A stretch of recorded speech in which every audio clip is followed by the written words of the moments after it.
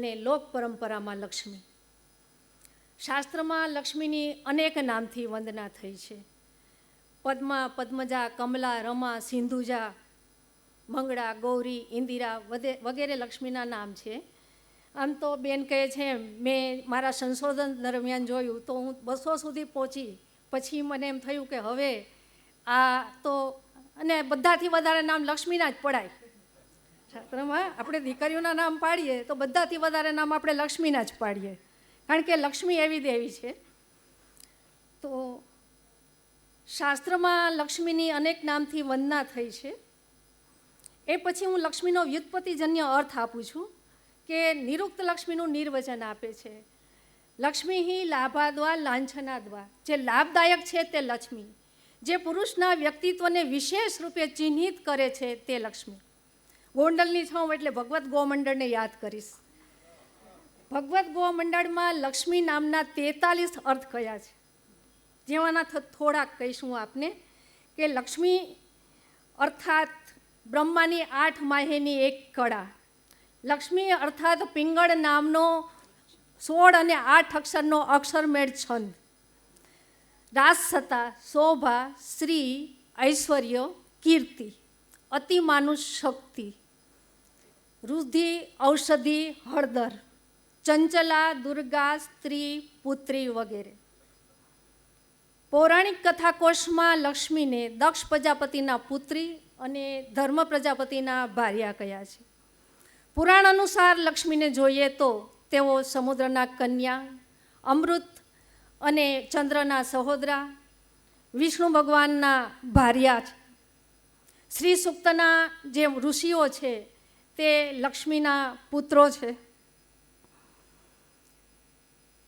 વિષ્ણુ પુરાણના ઉલ્લેખ પ્રમાણે લક્ષ્મીજીએ સમુદ્ર મંથન પહેલાં પૃથ્વી ઉપર ભૃગુ ઋષિને ત્યાં ભાર્ગવી રૂપે અવતાર ધારણ કર્યો હતો. લક્ષ્મી કે મહાલક્ષ્મી ખાસ કરીને શાક્ત અને વૈષ્ણવ સંપ્રદાયની આદ્ય દેવી મનાય છે. આ સંપ્રદાયના આચાર્યોએ લક્ષ્મીનું આદ્ય રૂપ વેદમાં બતાવવાનો પ્રયત્ન કર્યો છે. જોકે સ્પષ્ટ રીતે ઋગ્વેદમાં ક્યાંય લક્ષ્મીનો ઉલ્લેખ નથી, પરંતુ લક્ષ્મીના જે ઋગ્વેદોની જે દેવીઓમાં સામર્થ્ય, પ્રભુત્વ, ઐશ્વર્ય આદિ જે ગુણો છે તે પુરાણકાલીન લક્ષ્મીમાં આપણે અનુભવી શકીએ છીએ. વેદમાં અદિતિ દેવી માતા પિતા રૂપે રજૂ થઈ છે. સમસ્ત બ્રહ્માંડને અદિતિમય કહ્યું છે. અદિતિનું આ માતૃરૂપ પુરાણકાલી લક્ષ્મીનું ઉદ્ધાર રૂપનું એક પ્રારંભિક સ્વરૂપ ગણી શકાય. વેદમાં અદિતિ, પુરંધરી, ઇન્દ્રાણી વગેરે માતા દેવીઓ તરીકે રજૂ થઈ છે, જે પુરાણકાલીન લક્ષ્મી, સરસ્વતી, દુર્ગા આદિ દેવીઓનું એ પ્રાથમિક પ્રાયાનો વિચાર ગણી શકાય. ઋગ્વેદમાં દ્યાવા પૃથ્વી એ યુગલની માતૃપિતૃ રૂપે વંદના થઈ છે, જે પુરાણના લક્ષ્મીનારાયણ યુગલનું એ પ્રાથમિક સ્વરૂપ આપણે વિચારવાનું રહે છે. સૌથી પછી 10મા મંડળમાં વાક સૂક્તમાં વાક દેવી સ્વયં જાહેર કરે છે કે હું સર્વદેવોને આધાર આપતી દેવું છું અને દરેક દેવો વિવિધ રીતે મારું પ્રતિપાદન કરે છે. હું ધન પ્રદાત્રી અને જ્ઞાનવતી છું. વાક શક્તિની આવી આત્મપ્રશંસામાં શક્તિત્રયનો સિદ્ધાંત અને અવતારવાદના સિદ્ધાંતનું મૂળ જોઈ શકાય છે. વાગ્દેવી કહે છે કે દરેક દેવો સાથે હું તે સ્વરૂપે રૂપ ધારણ કરું છું. જે પાછળના વૈષ્ણવ સંપ્રદાયમાં લક્ષ્મીનારાયણનું જે સ્વરૂપ છે પુરાણનું, એ આપણને આ વૈદિક ઋચામાં જોવા મળે છે. વળી 10મા મંડળમાં સ્વયં દેવી કહે છે કે મારી ઉત્પત્તિનું કારણ સમુદ્રના અંતર્ભાગમાં છે. એટલે આપોઆપ સમુદ્રની એ જે જલ્દી કન્યા છે, પુરાણની જલ્દી કન્યાનો સંબંધ છે એ આ દેવી સાથે બેસી જાય છે. અથર્વવેદમાં વાક પ્રજાપતિને વચ્ચે પતિ પત્ની સંબંધની ઝાંખી થાય છે. અહીં વાકને પરમેષ્ઠની કહી છે. પરંતુ બ્રાહ્મણ ગ્રંથોમાં વાક પ્રજાપતિ વચ્ચે સંપૂર્ણપણે પતિ પત્ની સંબંધ પ્રસ્થાપિત થાય છે. અને સતપથ બ્રાહ્મણમાં પ્રજાપતિના સાધનાના ફળ રૂપે શ્રી તેમના અંતરમાંથી પ્રકટ થાય છે. અને એ અહીંયા આવી રીતે કાઠક બ્રાહ્મણમાં આ યુગલ એ સૃષ્ટિનું સર્જન કરે છે. જે આ જે કન્સેપ્ટ છે એ કન્સેપ્ટ પૌરાણિક સમયનો એ લક્ષ્મી અને વિષ્ણુનો કન્સેપ્ટ છે. પ્રજાપતિ છે એ પાછળથી વિષ્ણુમાં પરિણમે છે એવો એક મત છે.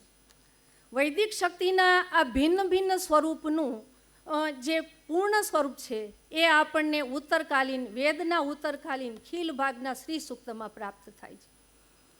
શ્રી સૂક્તના ઋષિએ ખૂબ જ વ્યાપક અર્થમાં એ લક્ષ્મીને સ્વીકારી અને એક આપણને નવો જ ઉત્કૃષ્ટ અર્થશાસ્ત્ર આપ્યું છે.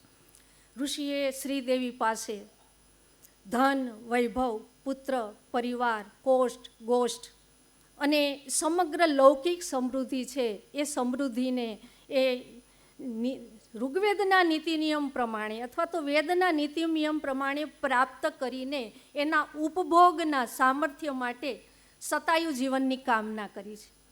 મુખ્યત્વે બે બાબતો અહીંયા પ્રકટિત થાય છે: કુર્વન્ને વેહ કર્માણી અને શતમ જીવેમ શરદ. અર્થાત 100 વર્ષના એટલે કે નીતિ નિયમ પ્રમાણે વેદના નીતિ નિયમ પ્રમાણે કાર્ય કરતાં કરતાં ઐશ્વર્ય આદિથી સંપન્ન થઈ 100 વર્ષના નિરામય જીવનની કામના કરવી. માનવ જીવન શોભી ઉઠે તેવી પ્રત્યેક બાબતનો સમાવેશ શ્રી સૂક્તમાં થાય છે. શ્રી સૂક્તના 2 થી 3 મંત્રોથી હું મારી વાતને કરીશ. પ્રથમ મંત્રમાં ઋષિ તેજસ્વી અને ચૈતન્ય સભર અને ગુણવાન લક્ષ્મી માટે કામના કરે છે.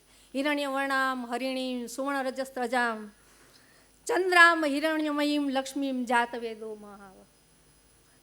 ઋષિ અગ્નિના માધ્યમ દ્વારા લક્ષ્મીની કામના કરે છે. ત્યારે લક્ષ્મીના દર્શન નથી થતા. લક્ષ્મીના અનેક રૂપ આપણે જોતા જઈશું. તો અગ્નિના માધ્યમ દ્વારા એ લક્ષ્મીને કામના કરે છે કે મને હિરણ્ય વર્ણામ એટલે કે સુવર્ણ જેવી ચકચકિત પણ ગુણવાળી લક્ષ્મી આપ. હરિણીમ એટલે કે ઉદ્યમી અને ચેતનવંતી લક્ષ્મી મારે જોઈએ છે. સુવર્ણ રજસ્ત્રજામ લક્ષ્મી આભૂષણોથી ભરપૂર છે પણ એવા માન મોભો અને જાજરમાન વ્યક્તિત્વવાળી મારે લક્ષ્મી જોઈએ છીએ. ચંદ્રામ એટલે કે ઠંડક અને આહલાદક. બાળે એવી લક્ષ્મી નથી જોતી, ઉકાળો કરાવે એવી લક્ષ્મી નહીં, મને ઠંડક અને મને જે આહલાદક લક્ષ્મી છે એ લક્ષ્મી મારે જોઈએ છીએ. હિરણ્યમયી એટલે કે સમૃદ્ધ ભરપૂર છે. જો વેદનો ઋષિ પૈસા ભેગા કરવાની ના નથી પાડતો, પરંતુ એના નિયમ છે.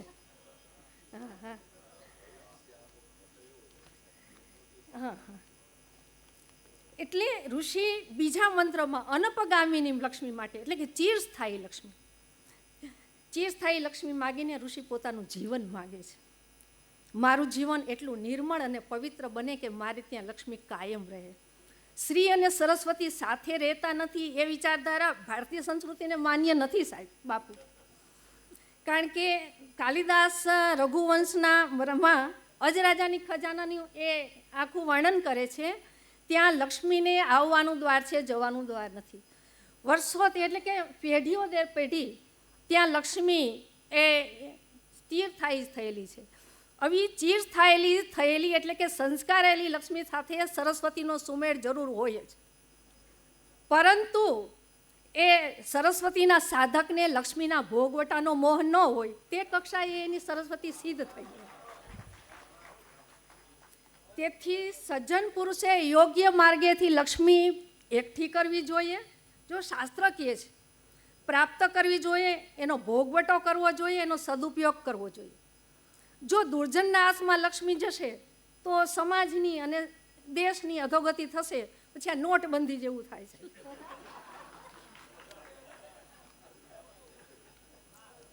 આગલા મંત્રમાં ઋષિ અશ્વપુરામ રથ મધ્યામ વસ્તીનાદ પ્રમોદિની, મારે ત્યાં લક્ષ્મી આવે ને ખુલ્લા બાણે આવે, વાતે ગાતે આવે, સામર્થ્ય સાથે આવે. સામર્થ્યવાળી લક્ષ્મીની કામના કરે છે. નયે ચ શૌર્ય ચ વસંતી સંપદ. નીતિ અને શૌર્યથી જે સંપત્તિ આવે એ સંપત્તિ પેઢીઓ દર પેઢી સૌથી શ્રેષ્ઠ મંત્ર છે રાષ્ટ્રભાવનાના દર્શન થાય છે. ઋષિદેવીને પ્રાર્થના કરે છે કે મને ધન, રત્નો, કીર્તિ તથા વૃદ્ધિ પ્રદાન કરો, જેથી હું રાષ્ટ્રમાં જન્મ્યો છું એ રાષ્ટ્રની હું સેવા કરી શકું. અહીંયા વેદના ઋષિની આ પ્રાર્થનામાં સહનૌ ભુનક્તુ અને તેજસ્વીનૌ અધિતમસ્તુની ભાવનાના દર્શન થાય છે. ગીતા પણ કહે છે કે એકલપેટાની ગીતા નિંદા કરે છે. ભુંજતે તો અગમ પાપા એ પચંત્ય આત્મકારણાત, જે એકલો ખાય છે તે પાપ ખાય છે. આ રીતે સૂક્તમાં અર્થ વ્યવહારનું તત્વજ્ઞાન પ્રાપ્ત થાય છે. પુરાણ સાહિત્યમાં લક્ષ્મી પૌરાણિક દેવી છે. સાહેબનો મને ફોન આવ્યો ત્યારે કહ્યું કે ભાઈ તમારે પૌરાણિક દેવી વિશે બોલવાનું છે, મારે એના ઉપર જ ફોકસ મારું રહેશે ને રાખવું પડશે, કારણ કે એને વફાદાર થવું પડે. વિષ્ણુ પુરાણમાં લક્ષ્મીની પ્રાકટ્યની કથા છે. પ્રમાદગ્રસ્ત ઇન્દ્રની રાજ્યલક્ષ્મી દુર્વાસાના શાપથી સમુદ્રમાં પ્રવેશી ગઈ. ત્રિલોક તેજહીન અને સત્વહીન બન્યું. દેવોના તેજ બળ અને એની શક્તિ છે એ ઝાંખી પડી. કથા બહુ પ્રચલિત છે, બહુ જાજી વાત નહીં કરું એની. દેવો બ્રહ્મા પાસે ગયા. બ્રહ્માએ અને બધા દેવોએ વિષ્ણુ ભગવાનની સ્તુતિ કરી. વિષ્ણુ ભગવાને કહ્યું કે દાનવોને સાથે રાખી અને આ ક્ષીરસાગરનું મંથન કરો. નક્કર પરિણામ માટે વિરોધીઓને પણ સાથે રાખી અને કાર્ય પાર પડવું જોઈએ. સંગઠનના બળથી જ કાર્યસિદ્ધિ પ્રાપ્ત થાય છે. વિષ્ણુ ભગવાન કહે છે, વિષ્ણુ ભગવાનની આ સામનીતિ છે એ મનની અને પ્રેરક છે. દેવો દાનવોએ સાથે મળી ક્ષીરસાગરનું મંથન કર્યું. લક્ષ્મીદેવી સમુદ્રમાંથી પ્રકટ થયા. સમુદ્ર મંથન એ અમૃત માટે નહીં પણ લક્ષ્મી માટે છે. આપણે એમ કહીએ છીએ કે અમૃત માટે સમુદ્ર મંથન છે. સર્વ દેવોએ દેવીનું વિવિધ ઉપારોથી એ અભિનંદન કરે છે. વાત ટૂંકમાં લઈશ. અને ઇન્દ્ર ફરીને ઇન્દ્ર રાજ્ય પ્રાપ્ત થાય છે એટલે કૃપાનિધિ માં ભગવતીની સ્તુતિ કરે છે. ઇન્દ્રકૃત લક્ષ્મી સ્તોત્ર જેટલા લક્ષ્મી સ્તોત્ર છે એમાં વિષ્ણુ પુરાણનું લક્ષ્મી સ્તોત્ર સૌથી શ્રેષ્ઠ લક્ષ્મી સ્તોત્ર છે. 17 શ્લોક અંતર્ગત આ સ્તોત્રમાં લક્ષ્મીના સંપૂર્ણ સ્વરૂપનું દર્શન થાય છે. દેવીની સ્તુતિ ખરી, પણ સાચું જે સ્વરૂપ છે ધનનું, લક્ષ્મીનું, એ અહીંયા બતાવ્યું છે. મંગલાચરણ દ્વારા કમલમાંથી ઉદ્ભવેલા માં કમલા દેવીને ઇન્દ્ર વંદન કરે છે. દેવીનું ઉત્પત્તિ સ્થાન, દેવીનું નિવાસ સ્થાન અને દેવીના સૌંદર્ય, સર્વાંગ સૌંદર્યનું કારણ પણ કમળ છે. કમળમાંથી જૈનમાં છે. નિવાસ પણ કમળમાં છે. બીજી રીતે જો કહીએ તો વિષ્ણુ ભગવાનના વક્ષસ્થળમાં જ્યાં બિરાજ્યા છે ત્યાં તેમની નાભીમાંથી પણ કમળ ખીલ્યું છે. અને એ સર્વાંગ સૌંદર્ય રૂપ પણ કમળનું છે. અહીં દેવીની પ્રકૃતિ સાથે એકરૂપતા બતાવી છે. દેવીની પ્રકૃતિ સાથે એકરૂપતા બતાવી છે. અને મૂળે લક્ષ્મી દેવી છે એ પ્રકૃતિનું સંતાન છે.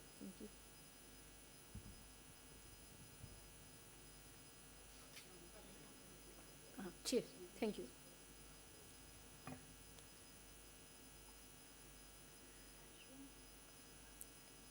લક્ષ્મી દેવી એ પ્રકૃતિનું સંતાન છે. બ્રહ્મવૈવત પુરાણની અંદર દુર્ગા, લક્ષ્મી, રાધા, સાવિત્રી અને સરસ્વતી આ 5 દેવીઓની ઉત્પત્તિ મૂળ પ્રકૃતિમાં કહી છે સાહેબ. એટલે અને દેવીની જળમાંથી ઉત્પત્તિ એ પણ પ્રકૃતિનું જ કારણ, એટલે એ તો આપોઆપ જ સિદ્ધ થાય છે કે એટલે આ 5 દેવીઓની એટલે પ્રકૃતિના સર્જનમાં આપણને દેવદેવીનો અહેસાસ થાય છે. એટલે જ આપણે પીપળામાં વિષ્ણુના દર્શન થાય, કદમમાં કૃષ્ણના દર્શન થાય અને કમળમાં આપણને લક્ષ્મીના દર્શન થાય. એટલે આપણા મનુષ્યોએ પ્રકૃતિનું પૂજન કરવાનું કારણ કયું છે. બહુ જ આપણા મનુષ્યો વૈજ્ઞાનિક હતા છે, ખૂબ જ વૈજ્ઞાનિક રીતે અહીંયા બધી વાત કરી છે. અને દેવીની ઉત્પત્તિ પ્રકૃતિમાં બતાવી, એનું તાદાત્મ્ય બતાવીને આપણે પ્રકૃતિને જે માન આપવું જોઈએ. ઇન્દ્ર દેવીની વિભુત્વનું વંદન કરે છે. ત્વમ સિદ્ધિ ત્વમ સ્વાધા સ્વાહા સુધા ત્વમ લોક પાવની યજ્ઞ વિદ્યા સંધ્યા રાત્રિ પ્રભા મૂર્તિર મેધા શ્રદ્ધા સરસ્વતી યજ્ઞ વિદ્યા મહાવિદ્યા ગુહ્ય વિદ્યા ચ શોભને આત્મવિદ્યા ચ દેવી તમ વિમુક્ત ફલદાયિની. દેવી, અહીંયા તમે સીધી જ રાત્રિ સ્વધા સ્વાહા અમૃતમયી અને લોક પાવનકારી છે. દેવીના જેટલી દેવીઓ છે એના દરેકના રૂપ છે ને એ એની અંદર અંતર્ભૂત છે. એટલે દેવી સમસ્ત સર્વસ્ય આદ્યા લક્ષ્મી કહી છે. સાહેબ, મને તો 1.5 કલાક આપવી જોઈએ તમારે, હું આમાં 1.5 કલાકમાં કેમ પૂરું કરીશ?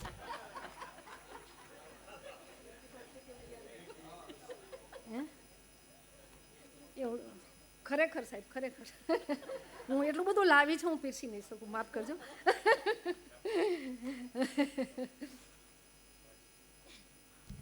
એટલે દેવીના એ સીધી રાત્રિ સ્વાહા સાધ્યા તેજ વિભૂતિ સંધ્યા રાત્રિ બધું દેવી થકી જ જાય છે.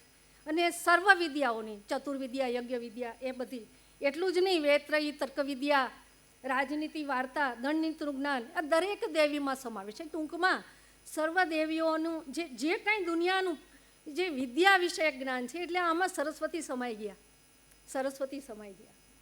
એ દરેકનું વારંવાર વંદન કરે છે ઇન્દ્ર કે તમે અમારા પુત્ર પરિવારના અને સમગ્ર ભોગ સમૃદ્ધિના દાતા છો. તો તમ માતા સર્વલોકાનામ દેવ દેવો હરિ પિતા. ભારતીય વિચારધારામાં જે લક્ષ્મીની જે કન્સેપ્ટ છે, સંકલ્પના છે, તે આ સ્તુતિમાં રજૂ થઈ છે. અને એ ખૂબ જ એનું જે આપણી જે સમજણ છે એ સમજણને આપણે દરેકે અહીંયા જોવી જોઈએ. સશ્લાધ્ય સગુણી ધન્ય સકુલિન સબુદ્ધિવાન સસુર સચ વિક્રાંતો યસ્ત્વયા દેવી વિકસિત.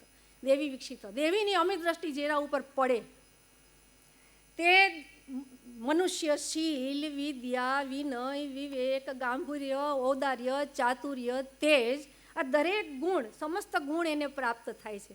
અને આવો વ્યક્તિ વિશ્વમાં વંદનીય અને સર્વનો આદર પાત્ર બને છે.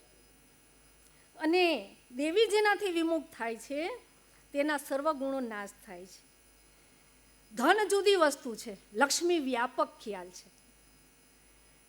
એ ધન હોય પણ જે આ ગુણો કયા એ ગુણો કે ન હોય તો એ વ્યક્તિ ધનવાન કહેવાય, લક્ષ્મીવાન ન કહેવાય બાપુ. આ રીતે આ સ્તોત્રમાં લક્ષ્મીનો સાચો ખ્યાલ રજૂ થયો છે. ભગવદ્ ગીતામાં જે દેવી સંપદના લક્ષણ છે ને એ લક્ષણ એ અહીંયા બધા રજૂ કર્યા છે. કારણ કે શાસ્ત્રો તો એક જ છે, બધી એક જ વાત આપણને કહે છે. આપણે સમજવાવાળા અલગ અલગ હોઈએ તો માફ કરજો. વિષ્ણુ લક્ષ્મીની અભિન્નતા વિષ્ણુ પુરાણમાં કહી છે. મહાલક્ષ્મી મૂળ તો ભગવાન વિષ્ણુની શક્તિ છે, સૂર્ય અને તેની પ્રભા, ચંદ્રની ચંદ્રિકા અને અગ્નિની દાહકતાની જેમ એ કાયમને માટે એ સાથે જ રહે છે. અને એ વિષ્ણુ પુરાણ એને સંયુક્ત જગતજનની અને વિષ્ણુની જેમ સર્વવ્યાપી વર્ણવે છે. નિત્ય એષા જગન માતા વિષ્ણુ શ્રીરન પાળિની યથા સર્વગતો વિષ્ણુ તથૈવમ દ્વિજોતમ. ભગવાન સૃષ્ટા છે, દેવી સૃષ્ટિ છે, હરિદીપક છે, દેવી જ્યોતિ છે, વિષ્ણુ અર્થ છે, દેવી વાણી છે, હરિબુદ્ધર છે, લક્ષ્મીજી ભૂમિ છે. દરેક જન્મમાં વિષ્ણુ જે પ્રકારે અવતાર ધારણ કરે તેને અનુકૂળ લક્ષ્મીજી દેહ ધારણ કરે છે અને વિષ્ણુનો સાથ નિભાવે છે. સીતા અવતારમાં, રામા અવતારમાં સીતા થાય તો કૃષ્ણ અવતારમાં એ રૂકમણી થયા છે. આ રીતે ભગવાનના દેવરૂપ સમયે દિવ્ય રૂપ ધારણ કરે છે અને મનુષ્ય જન્મમાં માનવ રૂપ ધારણ કરે છે.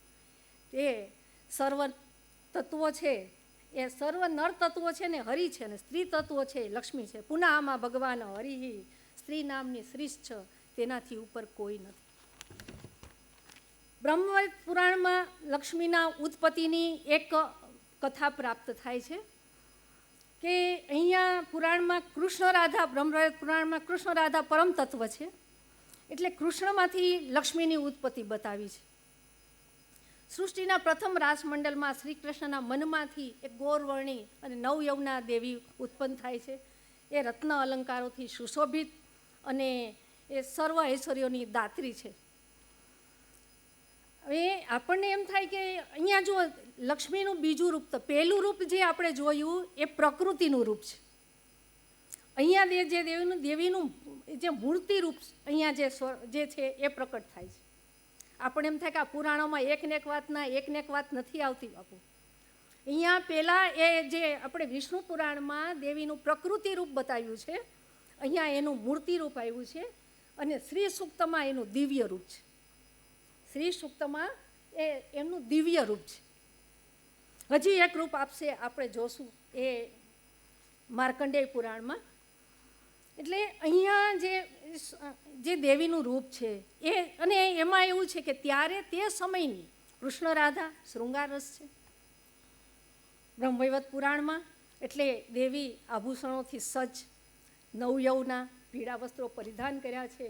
આ પ્રકારનું જે મનુષ્ય જે સમયમાં વસ્તુ હોય એ સમયની એની દેવીની કલ્પના હોય.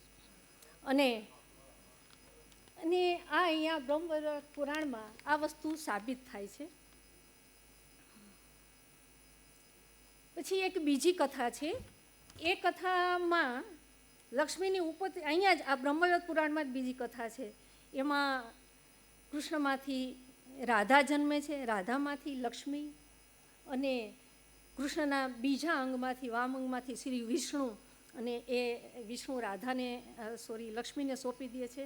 એટલે એનો અર્થ એવો થાય છે કે સર્વાંશે રાધા કે કૃષ્ણ, રાધા કે લક્ષ્મી અને કૃષ્ણ કે વિષ્ણુ બધા એક જ છે.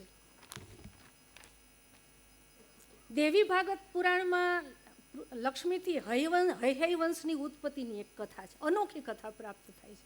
એ કથા પ્રમાણે વિષ્ણુ ભગવાન લીલાવત દેવીને અશ્વી બનવાનો, ઘોડી બનવાનો શાપ આપી દે છે.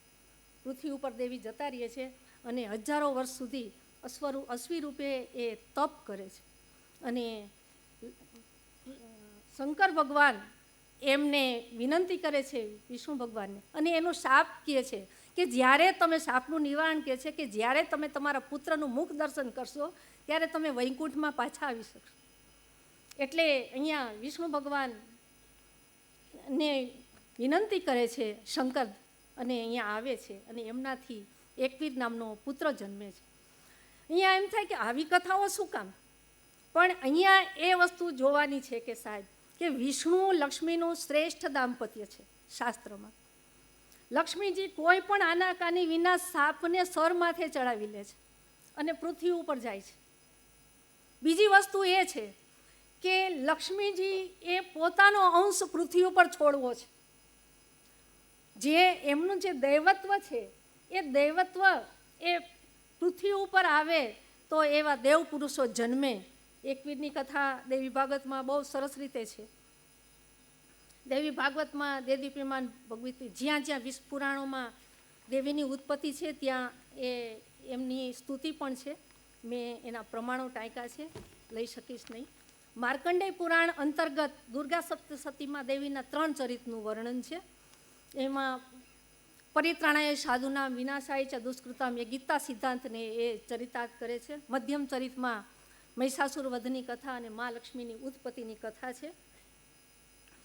અહીંયા બ્રહ્માદિ દેવો આપણને ખ્યાલ છે એ પ્રમાણે બહુ કથા પુરાણ, માર્કંડેય પુરાણની તો મારાથી પણ વિદ્વાનો વધારે જ જાણતા હોય. એટલે અહીંયા એ ખાલી એક એની સ્તુતિ છે, એમાં સ્તુતિમાં વિશિષ્ટતા છે એ વિશે હું વાત કરીશ. કે મહિષાસુરનો વધ થાય છે, દેવો મહાલક્ષ્મીની સ્તુતિ કરે છે ભક્તિભાવથી. એની અંદર એક બાબત નોંધવા જેવી છે, યા શ્રી સ્વયં સુકૃતિનામ ભવેનુસુ અલક્ષ્મી પાપાત્માનામ કૃતદિયામ હૃદય સુબુદ્ધિ. પુણ્યશાળીના ઘરમાં લક્ષ્મી છે એને તો દેવી રૂપે પૂજે જ છે દેવો બધા, પણ પાપીના ઘરમાં જે અલક્ષ્મી છે ને એને પણ દેવી રૂપે પૂજે છે. એને પણ એ જ ભાવે જોવી, એ જ શાસ્ત્રનો સાચો આદર્શ અને ઉપદેશ છે. દેવી ચરિત્રની ફલશ્રુતિ જ હું તમને કહીશ કે સ્વર્ગાદી દેવભોગ પ્રાપ્ત કરે છે શાસ્ત્ર વિરુદ્ધ, એનું ફળ છે એ કૃષ્ણ વિહિત હોય છે. દેવીનો આવિર્ભાવ દેવ શક્તિઓથી થયો છે. જ્યારે જ્યારે રાષ્ટ્ર પર ઘોર સંકટ આવે ત્યારે દિવ્ય પુરુષોએ એકઠા થઈ અને પોતાની સમગ્ર શક્તિ રાષ્ટ્રહિતમાં જોતરવી જોઈએ. ભગવાન કૃષ્ણે ગોવાળોને કહ્યું હતું કે એક એક આંગળીનો આધાર આપો, ગોવર્ધન આપોઆપ ઊંચો થઈ જશે. દેવી ઉપાસનાનો ઉદ્દેશ એ છે કે દેવી જેમ જગતજનની છે તેમ સ્ત્રી જાતિનો પણ આપણે આદર કરીએ અને સ્ત્રીની શક્તિને ઓછી ન કરીએ. બાપુએ એ વાત પૂર્ણ કરી છે કે દેવીઓને સ્ટેજ આપી અને સ્ત્રી શક્તિને આભાર બાપુ આપનો. પછી પ્રાધાનક રહસ્ય બતાવે છે.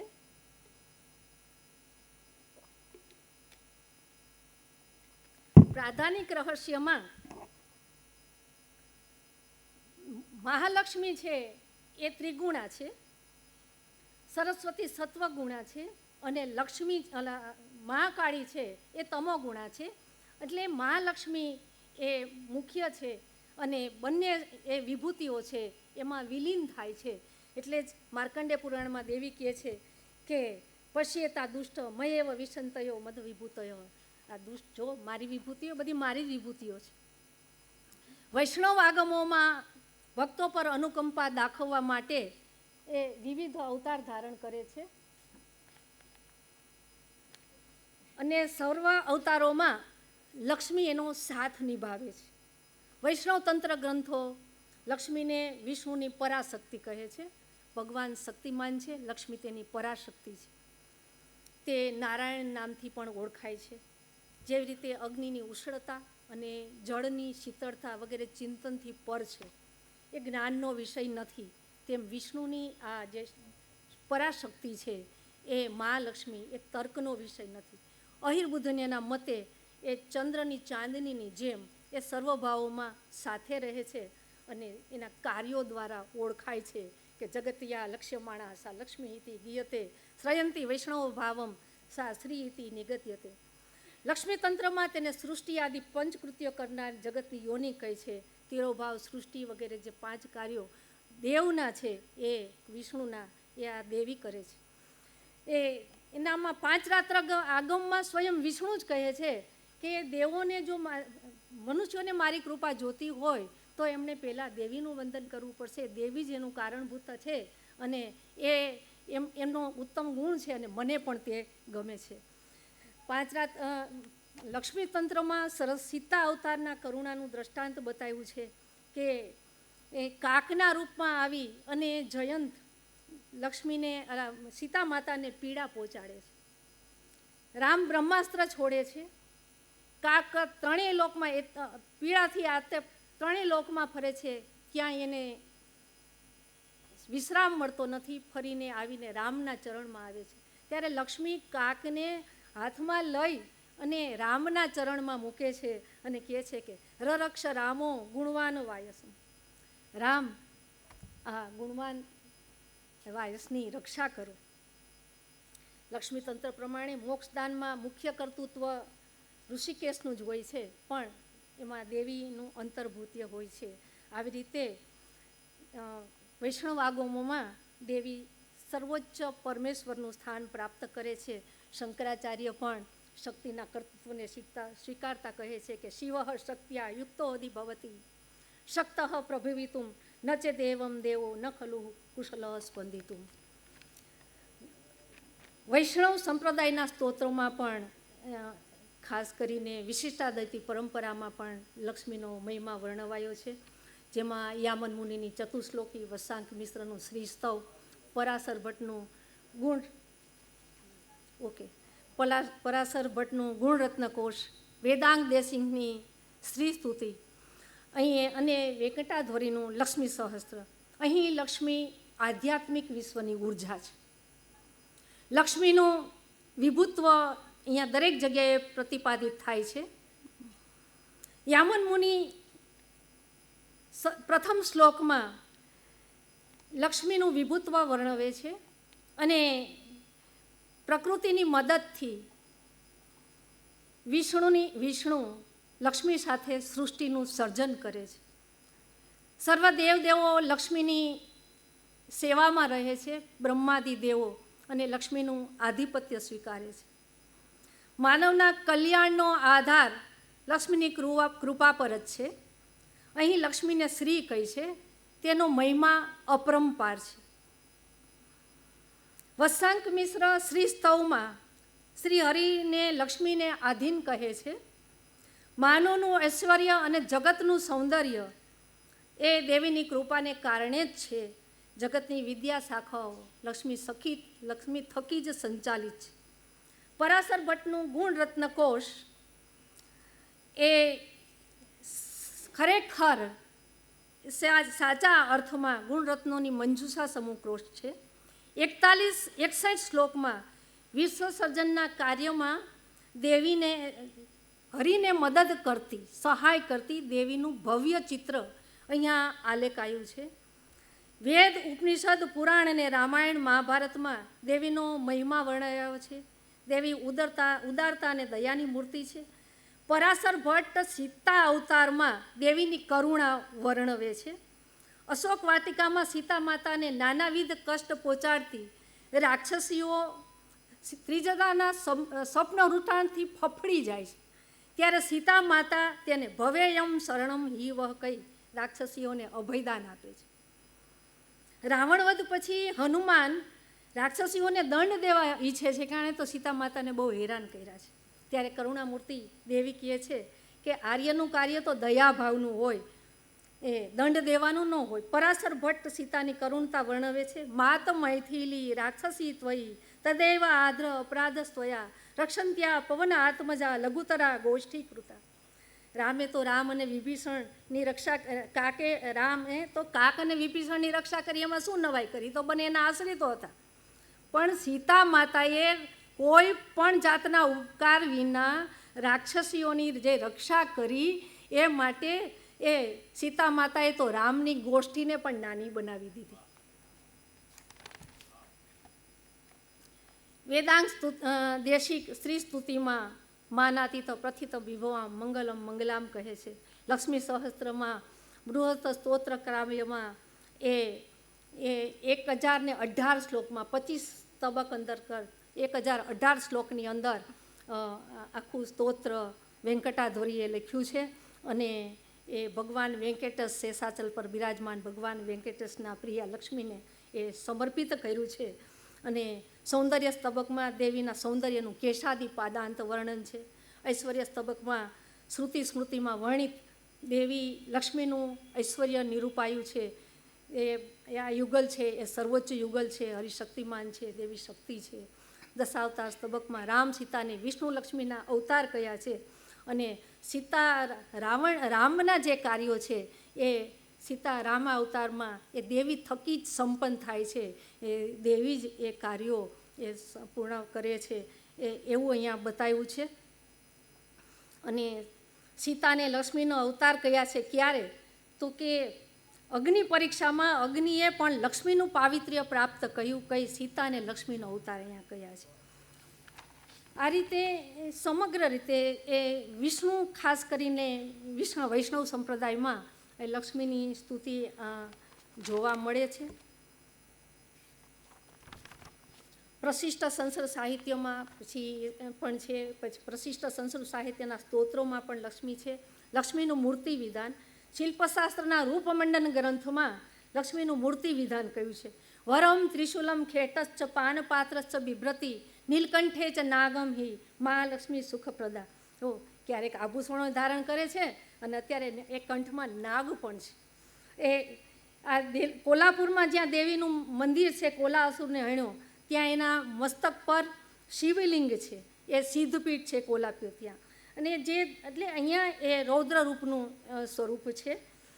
માર્કંડે પુરાણમાં દેવીને અષ્ટાદશ ભુજાવાળા બતાવ્યા છે. નેપાળમાં લક્ષ્મીની 16 હાથવાળી મૂર્તિ છે.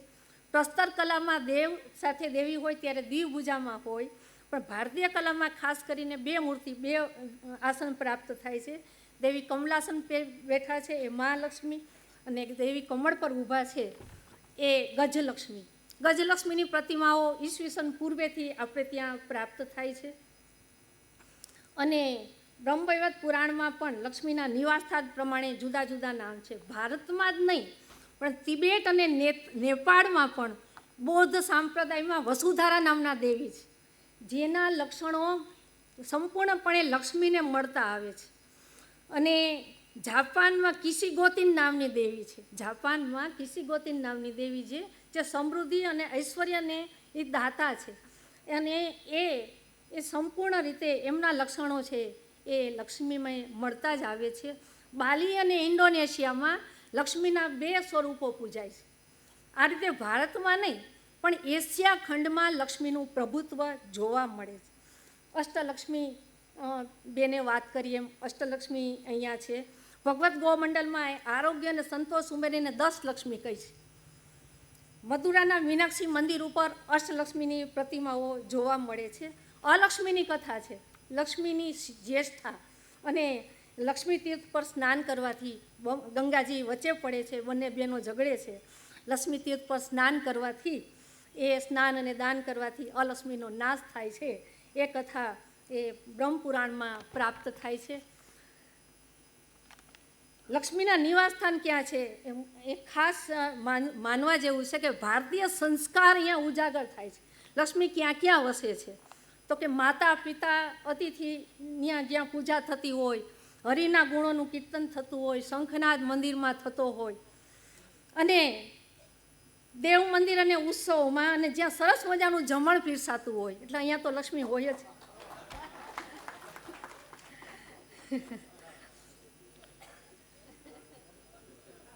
લક્ષ્મીનો ક્યાં વાસ છે?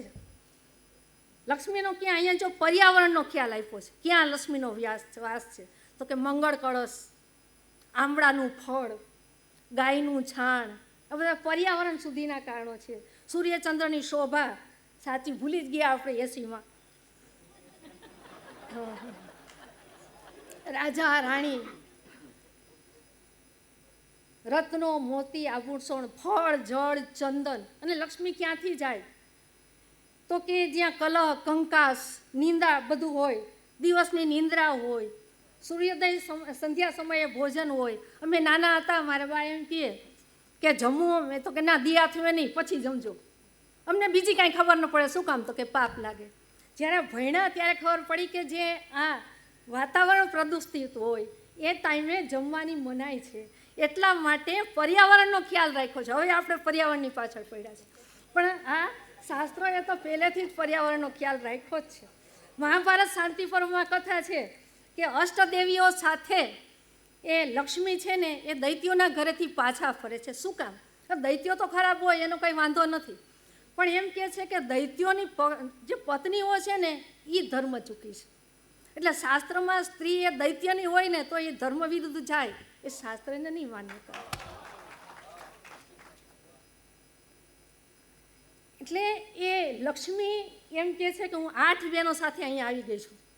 8 બહેનો સાથે, એટલે કે કોણ? આશા, શ્રદ્ધા, ધૃતિ, શાંતિ, વિજતી.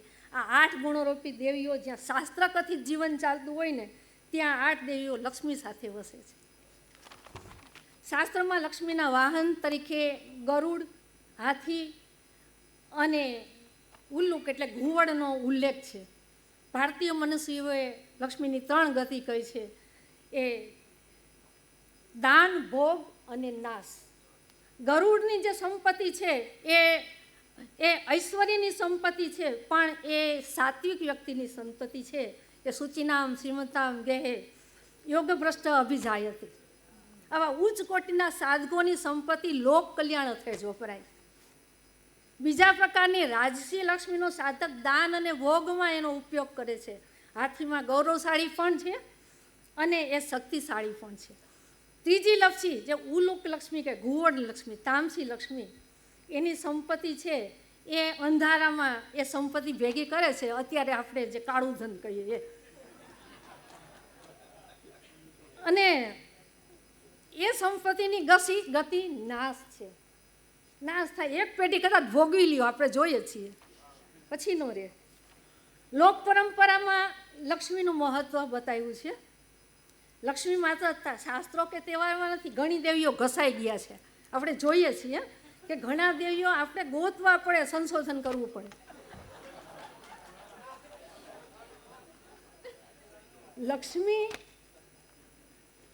લક્ષ્મી છે એ આપણી વચ્ચે જીવે છે તહેવારો, ઉત્સવો અને વ્રતો દ્વારા. પહેલું જ એ નવરાત્રિ લક્ષ્મી ઉત્સવનો એ તંત્ર છે. કારણ કે નવદુર્ગાની જે આપણે સ્થાપના કરીએ છીએ એ નવદુર્ગાનું જે ઉત્પત્તિ છે એ મહાલક્ષ્મીમાંથી થઈ છે. એટલે એ નવરાત્રિ છે એ લક્ષ્મી વંદનાનો એ ઉત્સવ છે એમ આપણે કહેવું જ પડે. તહેવારોમાં ઘટ સ્થાપન, ઘરે ઘરે જે ઉર્જા, એક પ્રકારની ઉર્જા લક્ષ્મી આપે છે આપણને. લક્ષ્મી બધી રીતે ઉર્જા આપે, બધી રીતે લક્ષ્મી આપણને ઉર્જા તો આપે અને હોવી જોઈએ.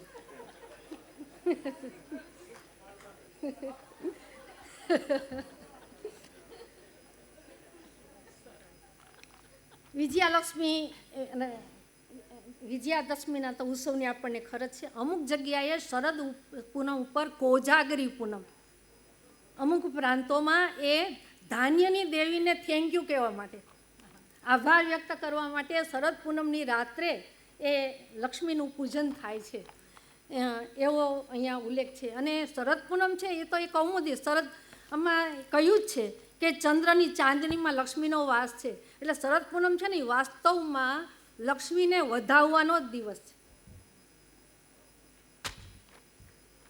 એટલે આવી રીતે પછી તો જે ખાસ આપણે બધાને ખબર છે કે દીપોત્સવી છે, માફ કરજો સાહેબ,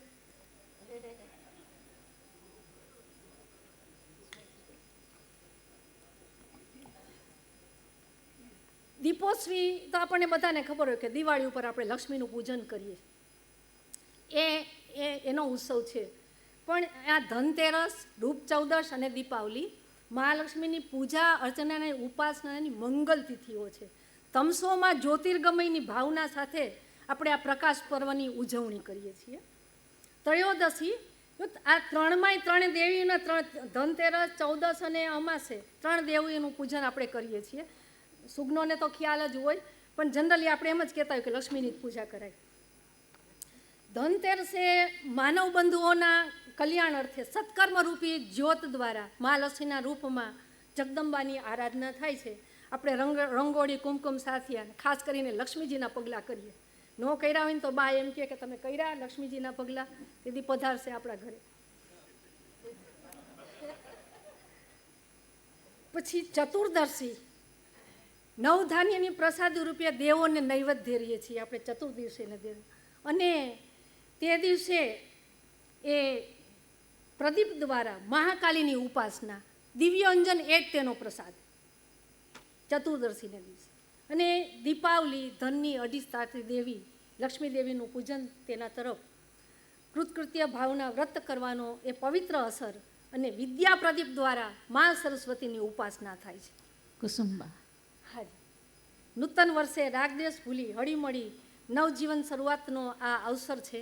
આમ જડવત જગતને નવું ચેતન આપવા લક્ષ્મી ઉદ્યત થાય છે. આ રીતે દીપાવલી દેહ સુધી, ગૃહ સુધી અને આત્મ સુધીનું પર્વ છે. લક્ષ્મી વ્રત એક, જો સમય આપો તો લક્ષ્મી વ્રતો, ના એ તો વિનીત તો થવું પડે ને, નકર ક્યાંથી બોલાય. તો દેવી ભાગવતમાં લક્ષ્મી વ્રતની એક વ્રતો, કારણ કે વ્રતોમાંય દેવી તો હોય જ. લક્ષ્મી વ્રત ભાદરવા મહિનાની શુક્લ અષ્ટમીથી એ કરવાનું વિધાન છે. અને ખુદ સ્વયં બ્રહ્માએ એ કર્યું હતું. અને વૈભવ લક્ષ્મીના શુક્રવાર એ તો અત્યારે ખૂબ ઘણા બોલે છે, પણ એ શ્રી સૂક્તની દેવીને જે એમનું સ્વરૂપ છે એ પૂજાય છે. અને એના દેવીની જે પૂર્ણાહુતિમાં દીકરીઓને અને સૌભાગ્યવતી સ્ત્રીઓને એ શું કહેવાય કે પેલું અર્પણ કરે છે, ગોરણી જમાડે છે એ અર્થમાં. અને એટલા માટે શું કામ કે દરેક સ્ત્રીમાં એ દેવી સ્વરૂપે છે અને સ્ત્રીમાં જ લક્ષ્મીનો વાસ છે. ચરક સંહિતામાં મહર્ષિ આત્રેય કહે છે કે સ્ત્રીસુ પ્રીતિ વિશેષણ, સ્ત્રીસુ અપત્વમ પ્રતિષ્ઠાસમ, ધર્માર્થો સ્ત્રીસુ લક્ષ્મી, સ્ત્રીસુ લોકાહ પ્રતિષ્ઠા. સ્ત્રીમાં પ્રેમ વિશેષ હોય છે, સંતાનની જનની પણ સ્ત્રી છે, ધર્મ અર્થ અને સ્ત્રીમાં છે, સ્ત્રીમાં જ લક્ષ્મીનો વાસ છે. અંતમાં પિંગળ લઘુકોશના દોહાથી હું મારી વાણીને વિરામ આપું છું. શ્રી પદ્માલયા કમલા ચપલા જે, સિંધુ સુતામાં ઇન્દુરા વિષ્ણુ વલ્લભા તે, જેની નેત્ર કટાક્ષ છબી રહી જગતમાં છાય, તે લક્ષ્મી વ્રખ ભાન ધીરે સેવા કરે સદાય. જય સિયારામ. ખૂબ સુંદર. કુસુંબા, આપે પુષ્પવત કુસુમવત ખૂબ સરળતાથી વૈદિક સાહિત્યથી શરૂ કરીને પૌરાણિક સાહિત્ય અને આધુનિક કાળ સુધી લક્ષ્મીની જે ગાથા, જે મહિમા છે તેનો સર્વને પરિચય કરાવ્યો. વૈદિક લક્ષ્મીના અર્થોને જે સમજે છે તે જ લક્ષ્મીનો સાચો અર્થ પામી શકે છે, તેને પ્રાપ્ત પણ કરી શકે છે. અને એ લક્ષ્મીનો જે અનાદર કરે છે, અનાદર કર્યાની સાથે જ બ્રહ્મજ્ઞાનીને વ્યથા પહોંચાડવાનો જે પ્રયત્ન કરે છે, એવા માનવનો લક્ષ્મી વીર્ય પ્રિય મધુર વાણી પણ સાથ છોડી દે છે. તો વળી પાપ કર્મોથી પ્રાપ્ત થયેલી લક્ષ્મી આકર્ષક તો લાગે છે, પરંતુ તે અલક્ષ્મી વ્યક્તિ, પરિવાર તથા સમાજના પતનનું કારણ બને છે. આપે ખૂબ સુંદર રીતે લક્ષ્મીજીને વધાવ્યા. देवी अदिति अखंड शक्ति है. लक्ष्मी सर्वगुण संपन्न शुभ लक्षणा पार्थिव रूप में चंचला सर्वदायिनी है और मानव श्रद्धा का नाम रूपात्मक स्वरूप है गंगा, जो सत्य है, शिव भी है और सुंदर भी है. गंगवारी मनोहारी मुरारी चरणाच्युतम त्रिपुरारी शिरश्चारी पापहारी पुनातु मां. हिमवान की यह ज्येष्ठ पुत्री ब्रह्मा के शापवसात पृथ्वी पर आकर महाराजा शांतनु की पत्नी बनी. 8 वसुओं की माता, भीष्म की माता, महाराज भगीरथ के द्वारा पृथ्वी पर लाई गई जगत पावनी गंगा भारतीयता की, अपने देश की अखंडितता की, संस्कारशीलता की पहचान है. यह वही गंगा है जो स्वर्ग से पृथ्वी पर लाई गई है, जो आज हमारी शान बनकर हमारे देश में बह रही है. यह हमारी जननी, जिसके पास हम जाकर उसे स्पर्श कर सकते हैं, उसका अमृतमय दुग्ध रूप जल का पान कर सकते हैं. गंगा आर्य संस्कृति का प्रत्यक्ष प्रमाण है. अपने आंचल में आर्य संस्कृति का, आर्यवर्त का वैभवशाली समृद्ध इतिहास संजोए गंगा अविरत आज हमारे साथ बह रही है. मैं अर्चना जी से प्रार्थना करूंगी कि वो गंगा विषय पर अपना मननीय व्यक्ति प्रदान करें. इससे पहले संक्षिप्त में इनका परिचय करवाना चाहूँगी. आप श्री सोमनाथ संस्कृत विश्वविद्यालय में साहित्य में प्रोफेसर पद पर कार्यरत है. विज्ञान अभिनव विद्या संकाय में डीन पदक भी शोभा बढ़ा रहे हैं. आपने वनस्थली विद्यापीठ में 2005 में PhD तथा रांची विश्वविद्यालय में 2017 में डीलिट की पदवी प्राप्त किए हैं. अभ्यास किए मेरिट स्कॉलरशिप स्वर्ण पदों के साथ आपने विक्रम कालिदास पारितोषिक, अखिल भारतीय नवोदित संस्कृत कवि पुरस्कार, प्रेमचंद साहित्य का संदेश पुरस्कार और ऑल इंडिया ओरिएंटल कॉन्फ्रेंस में 3 बार शोध पत्र में उन्होंने प्रथम पारितोषिक प्राप्त किया है, VG राहुरकर पुरस्कार. राजस्थान महाराष्ट्र संस्कृत अकादमी द्वारा स्मृति चिन्हों से आपको सम्मानित किया गया है. UGC द्वारा प्राप्त आर्थिक सहाय से आपने संस्कृत वांग्मय राष्ट्र की धार्मिक, सांस्कृतिक व आर्थिक उन्नति में गंगा का योगदान प्रोजेक्ट पूर्ण किया है. 17 पुस्तक, 128 शोध पत्रों का प्रकाशन कर ज्ञान का प्रचार प्रसार करने वाले अर्चना जी 15 पत्रिकाओं की संपादिका रह चुकी है. सलाहकार समिति में भी सदस्य है. 100 से भी अधिक राष्ट्रीय अंतर्राष्ट्रीय संगोष्ठियों में प्रतिभागी बने हैं. आप गंगा विषय पर आप अपना मंतव्य व्यक्त करेंगे. जय सोमनाथ. हरि ओम गणानां त्वा गणपतिगुं हवामहे प्रियाणां त्वा प्रियपतिगुं हवामहे निधीनां त्वा निधिपतिगुं हवामहे वसो मम आहमजानि गर्भधमात्वमजासि गर्भधम्म. सर्वप्रथम मैं अंतर्राष्ट्रीय ख्याति प्राप्त संत श्री पूज्य मुरारी बापू जी के चरणों में शतसा नमन अर्पित करती हूँ. और रामायण के अमर गाथाकार मर्मज्ञ चिंतक, मैं उनके विषय में यही कहना चाहती हूँ. कोई चलता है पद चिन्हों पर, कोई चलता है पद चिन्हों पर, कोई पद चिन्ह बनाता है, कोई पद चिन्ह बनाता है सूरमा वही जो दुनिया में पूजा जाता है सूरमा वही जो दुनिया में पूजा जाता है. और इस गरिमा में सभा में उपस्थित सभी संस्कृतानुरागी विद्वान, मनीषी, चिंतक और साथ में मैं आमंत्रित करने वाले हरिश्चंद्र जोशी जी के प्रति भी अपना अंतर्मन से कृतज्ञता अर्पित करती हूँ। और मुझे पुण्य विषय गंगा पर बोलने का यह अवसर मिला। किन शब्दों में नमन करूँ मैं, किन शब्दों में नमन करूँ मैं, किन भावों की भेंट चढ़ाऊँ, किन भावों की भेंट चढ़ाऊँ, जो कर सके आपका अर्चन, ऐसे भाव पुष्प कहाँ से लाऊँ, ऐसे भाव पुष्प कहाँ से लाऊँ। और मैं कुशल संचालिका नैना नायक के प्रति भी कृतज्ञता ज्ञापित करती हूँ। और अब मैं साक्षात अपने विषय गंगा पर आती हूँ। गंगा गम धातु से बना है, जिसका अर्थ गत्यर्थक भी है और प्राप्त्यर्थक भी। गमयति प्राप्यति विष्णु पदम या शक्ति सा गंगा, जो हमें परम तत्व को यानी विष्णु पद को प्राप्त कराए, वह गंगा है।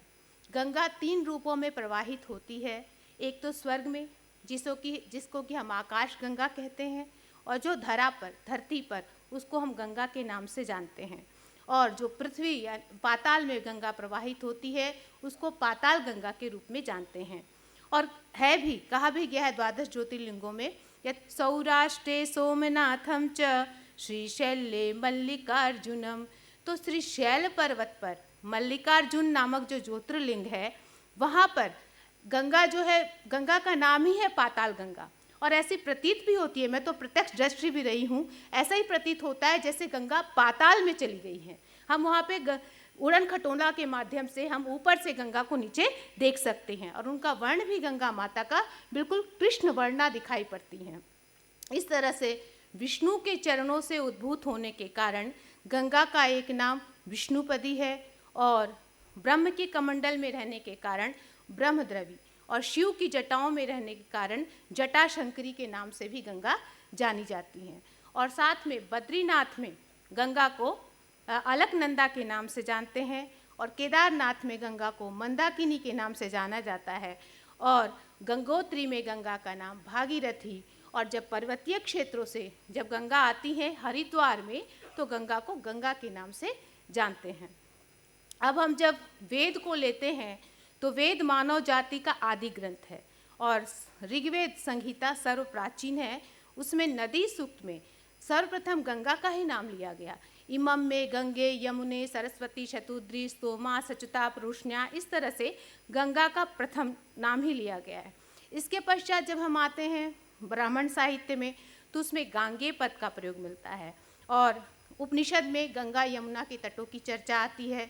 तो मैंने सारे लेख में उल्लिखित किए हैं कि गंगा का 10वें मंडल में, ऋग्वेद के 10वें मंडल में गंगा पद का सर्वप्रथम नाम लिया गया है। जब हम पुराण में आते हैं, तो पुराण ग्रंथों में श्रीमद् भागवत पुराण में 9वें स्कंद के 9वें अध्याय में गंगा अवतरण की कथा का संकेत मिलता है। और प्रायशः ऐसा कोई भी पुराण नहीं है जिसमें गंगा की महिमा का स्तवन नहीं किया गया हो। पद्म पुराण हो, वायु पुराण हो, स्कंद पुराण हो, शिव पुराण हो, सभी पुराणों में। और कहा भी गया है, कृते सर्वत्र तीर्थानि त्रेतायां पुष्करम परम द्वापरे तु कुरुक्षेत्रम कलौ गंगेव केवलम। तो सतयुग में तो सर्वत्र तीर्थ ही तीर्थ थे, और जब हम आते हैं त्रेता युग में, तो पुष्कर में वो तीर्थ था, जो कि राजस्थान में है, और विश्व प्रसिद्ध एक ही ब्रह्मा का मंदिर है पुष्कर में। और जब हम आते हैं द्वापर युग में, तो वहाँ पर कुरुक्षेत्र परम तीर्थ माना जाता था, जो कि हरियाणा में है, और वहाँ पर सरस्वती नदी प्रवाहित होती है। और कलयुग में तो एकमात्र गंगा ही शरण है, जो कि जीती जागती प्रत्यक्ष रूप में दिखाई पड़ती हैं। और ऐसा पुराण में तो ये भी कहा गया है कि गंगा गंगेति यो ब्रूयात् योजनानां शतैरपि मुच्यते सर्व पापेभ्यो विष्णु लोकम स गच्छति। तो 100 कोश योजन दूर रह के भी व्यक्ति यदि गंगा का नामोच्चारण करता है, तो सभी पापों से मुक्त हो जाता है, और अंत में विष्णु लोक को प्राप्त करता है। तो ऐसी गंगा जो है, ऐसे इस तरह से पुराण में एक वाहिक का आख्यान आता है। देखिए, वाहिक जो था वो ब्राह्मण था, और उसने अपने जीवन में कभी भी कोई भी धर्म कार्य नहीं किए, और एक लवण विक्रयी था, और साथ में एक जुलाहीन विधवा स्त्री से उसने विवाह किया। और एक बार वो घूमता घामता जंगल में पहुंचा तो एक बाघ को मारकर खाने लगा।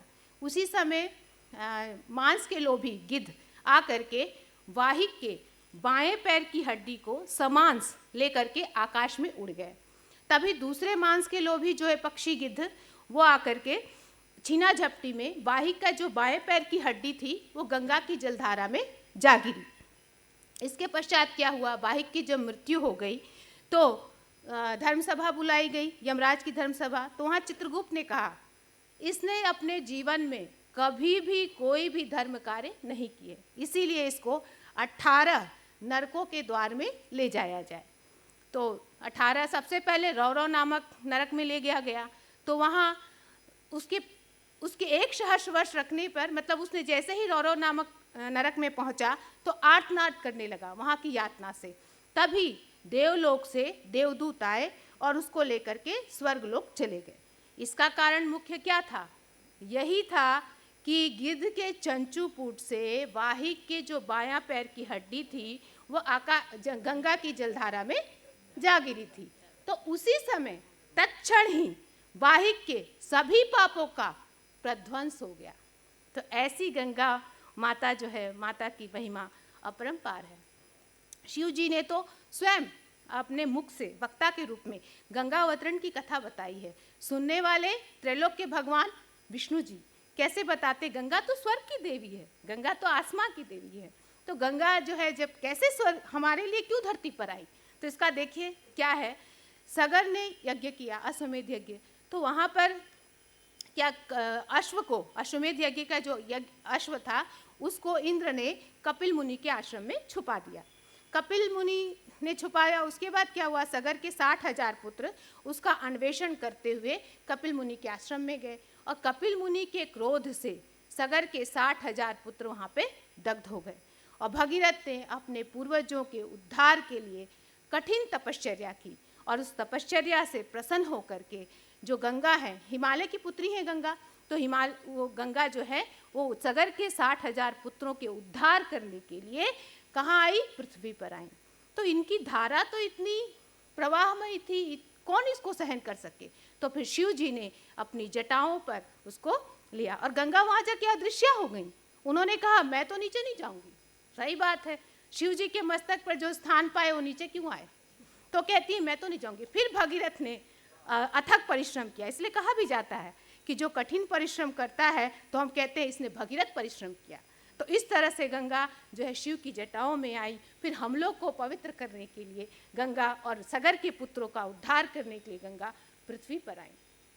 तो ये तो गंगा अवतरण की कथा हमें पुराणों में मिलता है, और शिव जी वक्ता के रूप में हैं और श्रोता के रूप में विष्णु जी हैं। इस तरह से आगे उन्होंने ये भी कहा है, शिव जी ने, उमा, महेश आदि और गंगा में कोई अंतर नहीं है। जब आगे बढ़ते हैं हम तो महाभारत के बाद हम आते हैं रामायण पे। अब रामायण के विषय में तो हमारे समक्ष पूज्य बापूजी ही बैठे हैं, उनके सामने मुझे कुछ भी कहना दुस्साहस लगता है, जैसे सूर्य को दीपक दिखाने की तरह। फिर भी मुझे जो भी जितना ज्ञान है मैं बताती हूँ।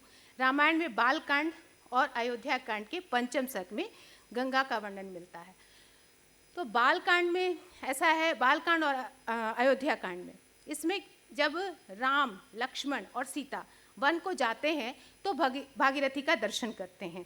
तब गंगा मैया को सीता मैया कहती है, हे मैया, अगर हम सकुशल 14 वर्ष का वनवास काट के आ जाते हैं तो आपकी अर्चना और पूजा करेंगे। इसके पश्चात गंगा का एक शब्द यहाँ पे देव पद्मिनी भी मिलता है रामायण में। और साथ में ये भी यहाँ पे है कि जब गंगा जो है स्वर्ग से आई और शिव की जटाओं में आई तो कही कि मैं नीचे नहीं जाऊंगी, तो अदृश्य हो गई। तब भगीरथ ने फिर शिव जी को प्रसन्न किया, और प्रसन्न करने के बाद फिर शिव जी ने गंगा को बिंदु सरोवर में छोड़ा। ऐसे तो गंगा का रामायण में तो बहुत महिमा मिलती है। इसके पश्चात महाभारत में जब हम बढ़ते हैं तो महाभारत में गंगा शांतनु की पत्नी और भीष्म पितामह की माँ के रूप में चित्रित है। अब यहाँ पर देखिए, उन्होंने एक ही शर्त पे विवाह किया, मतलब अगर कोई भी वो कार्य करें तो शांतनु उनसे प्रश्न न पूछें। शांतनु उनसे प्रेम करते तो उन्हें कहा, स्वीकार कर लिया, बोले ठीक है भाई। तो गंगा ने 7-8 वसुओं को जन्म दिया। एक एक करके एक एक वसु को गंगा में प्रवाहित करते चली गई। जब शांतनु तब तक चुप बैठे रहे। जब आठवें वसु को गंगा में प्रवाहित करने गई तो शांतनु से न रहा गया, उन्होंने प्रश्न किया। तभी गंगा उसी समय उनको छोड़कर चली गई। तो 8वें वसु जो कौन थे, 7वें वसु का तो उद्धार हो गया, 8वें वसु के रूप में भीष्म पितामह थे, उनका उस समय उद्धार नहीं हो पाया। तो बाणों की शैया से मुक्ति भी गंगा सप्तमी के दिन ही वो भीष्म पितामह को मिली। इस तरह से महाभारत का एक नवनीत ग्रंथ श्रीमद् भगवत गीता है, और भगवत गीता में तो श्री कृष्ण ने विभूतियों की गणना में एक विभूति गंगा को माना है। उन्होंने स्वयं कहा है, स्रोतसामस्मि जाह्नवी, नदियों में मैं गंगा हूँ।